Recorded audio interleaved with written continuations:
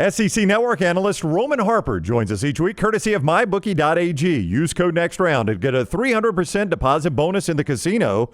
300% of your initial deposit in the casino when you use code NEXTROUND. Plus, we'll throw in 50 free spins. Bet anything, anytime, anywhere. MyBookie.ag, code NEXTROUND. We will be in Atlanta coming up for the, at least part of the show will be in Atlanta for the SEC championship game. We're excited about Texas and Georgia, though I don't know how this is going to play out because both these teams are in. I don't know the excitement. We've had so many iconic SEC championship games because it was do or die between Alabama and Georgia and Alabama and Florida. I don't know what we're playing for. Well, we'll see Harp over there. Roman Harper joins us now. He's on each week courtesy of MyBookie.ag. Code NEXTROUND when you sign on at MyBookie.ag to get that 300% deposit bonus. He's about to grill me. In the casino. What is up, Harp? How are you today? I can tell he's about to hit me like I'm a receiver crossing the middle. Yes, you already know. Come on. You can't say that. Yeah. There's just no way you think that is okay. Just because, the revenge factor for Texas is still up for play. Georgia, the respect factor in Georgia, and I don't understand. It's still something to be said about winning an SEC championship. That used to be the standard.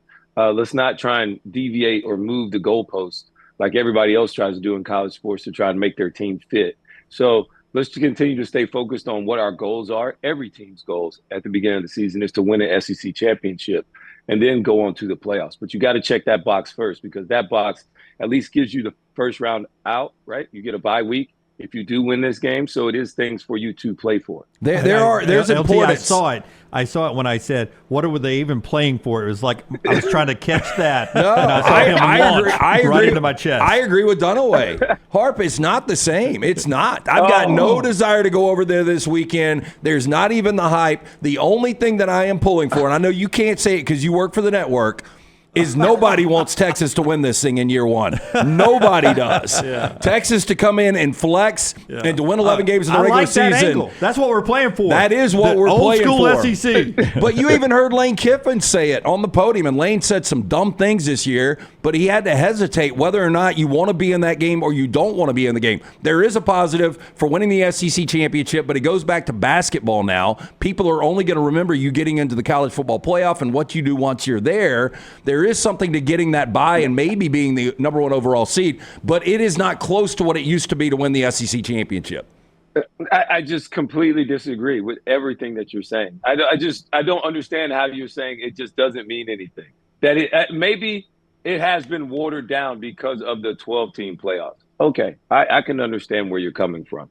But Lane Kiffin, the only reason Lane Kiffin said that is because he couldn't get into the SEC championship game. That's why he said that. And all the other coaches sitting up there complaining about it too, including one coach that I actually do like, which is Brett Lashley out of SMU, talking about, if we lose, all right, will they be able to not be able to keep us in the playoffs? Well, how about you just go win the game? Stop focusing on everything that we can't control. Let's go back to the same football mentality and the same hungry mentality that got you to where you are, which is going out and winning football games and performing at the highest level. Everybody thinks SMU should beat Clemson, so go out there and beat them. You get to earn your right on the field. That is why I don't want to hear anybody complaining. If you're Ole Miss, all right, if you're Miami, I don't want to hear it because including Alabama, who some people didn't think they deserve to get in. I don't even know how I feel about it, okay? But I will say this. All these teams lost their way out of the playoffs. South Carolina is the only one that I actually listened to because they didn't get the chance. And they're the team that's been winning and on this big streak down the end of the season. But they didn't get the chance to actually go out there and prove it. So it's a little bit unfortunate. But if we're going to take head-to-head as a data point, you got to use it. I would say this, Harp, is it is a little early to do what my esteemed colleagues have done here because we still don't know the value of this bye. Thank you. You may look back at the end and be like, boy, I tell you what was the key to us winning it all was getting the bye. We don't know how valuable that is yet.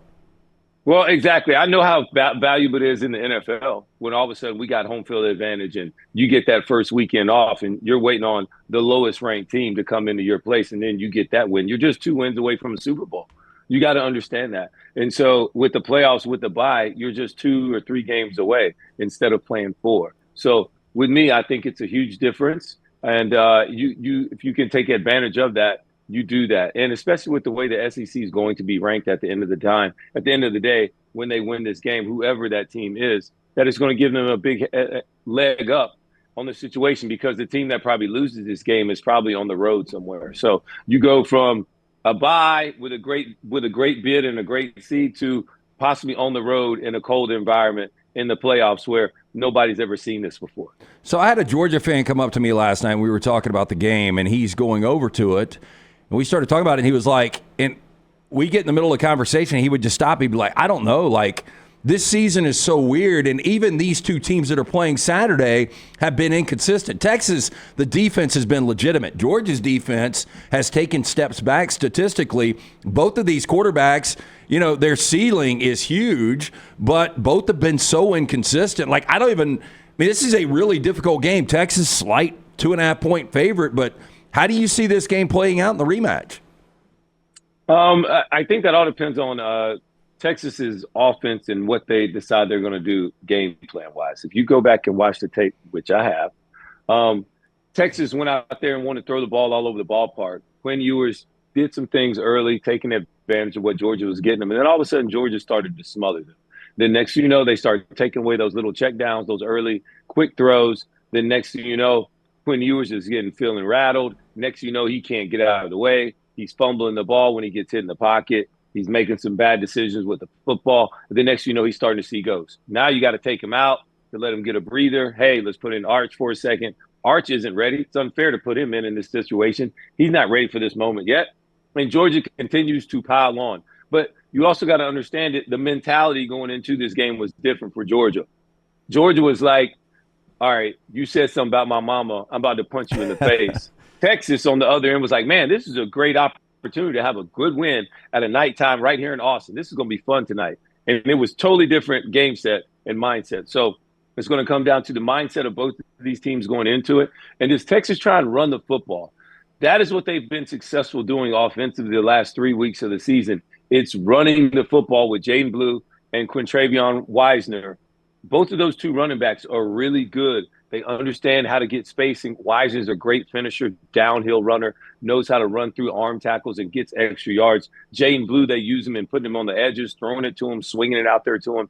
Using these running backs can really help you out. And we saw versus Georgia Tech how the run game can methodically start to wear down Georgia's defense. And then if you're able to use Arch Manning at certain situations by using his legs, involving him in the run game, but then also letting him throw it too, because you don't want them just to pile up in the box.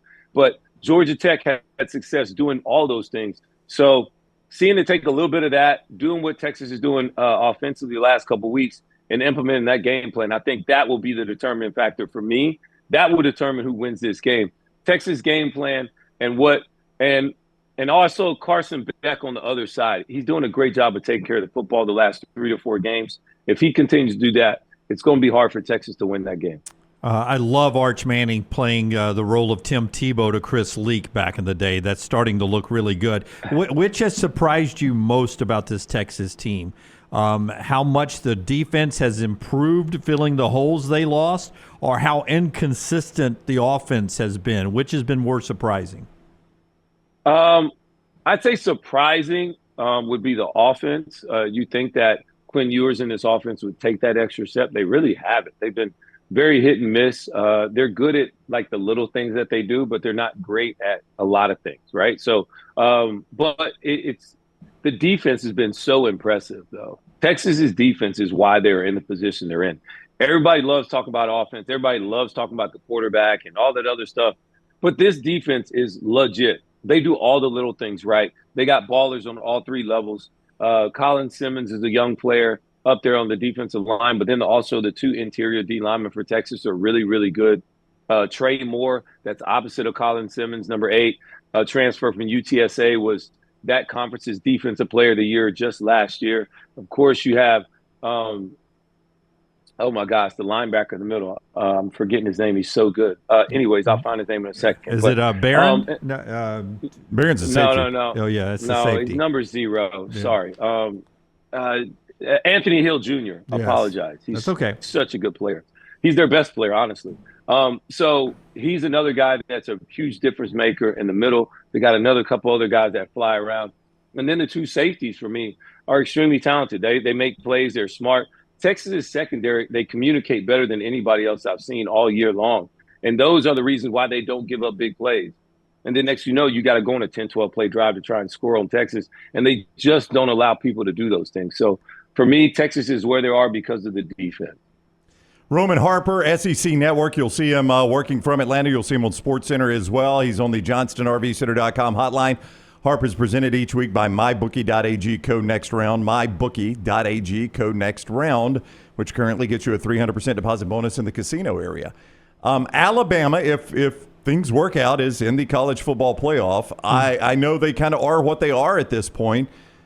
But what did you see different from the Oklahoma game to the Auburn game that would encourage you if Alabama does, in fact, stay in this playoff field?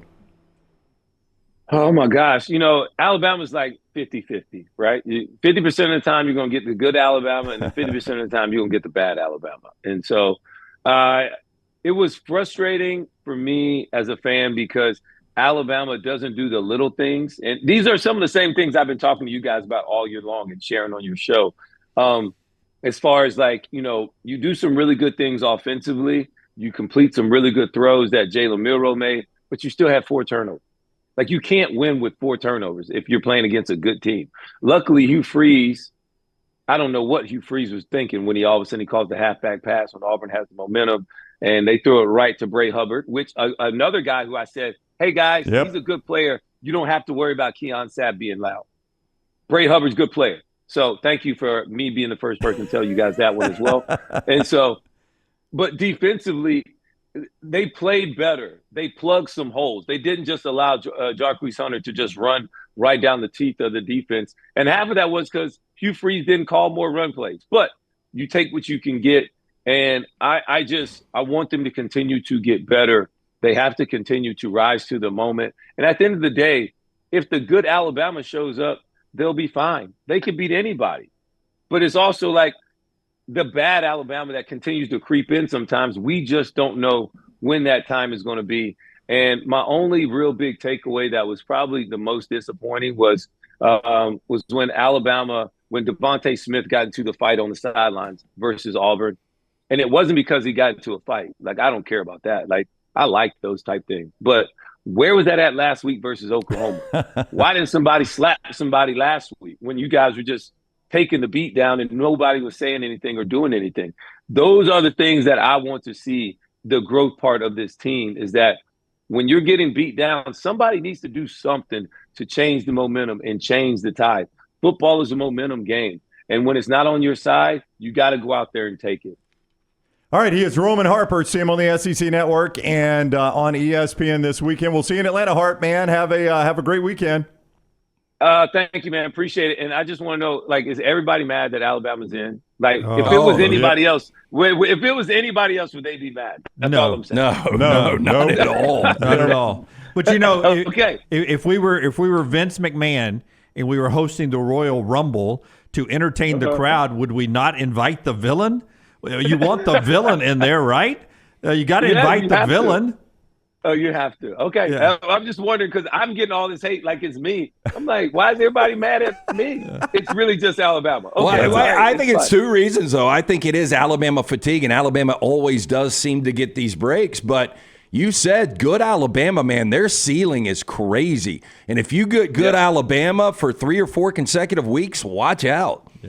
Yeah, there's no doubt about it. And then I think the ACC did Miami a disservice because all year long, I don't want to hear ACC fans complaining now, all right, because your teams are not in. Because all year long, all you did was complain about Miami, how good they weren't, how they're just scooting by all day, every game, and all of a sudden they lose the wrong game, and data points matter. So I appreciate it. That's all. I'm off my rant. I just want to hear from you guys what's going on. No, I love Alabama being the villain. I don't ever want them to change the uniform, but I'm almost this close hoping they come out in all black. Oh, thank you, Appreciate it, fellas. All right, buddy. Have a good weekend. Right. Roman Harper with us on the JohnstonRVCenter.com hotline. MyBookie.ag, code next round. You sign on right there. You get a 300% deposit bonus to use in the casino area at MyBookie.ag when you use code next round.